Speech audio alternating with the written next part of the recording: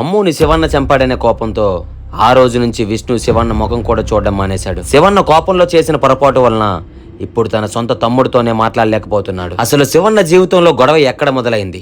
శివన్న ముందు గణేష్ అన్న దగ్గర పనిచేసేవాడు. శివన్న గణేష్ అన్న దగ్గర పని చేసుకుని బానే ఉండేవాడు.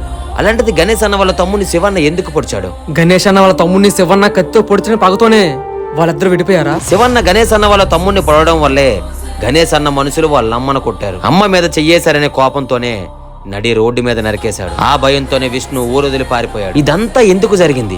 గణేష్ అన్న వాళ్ళ తమ్ముడిని శివన్న పొడడం వల్లే. నిజంగా గణేష్ అన్న వాళ్ళ తమ్ముడిని శివన్న పొడవడానికి అంత పెద్ద కారణం ఉందంటారా?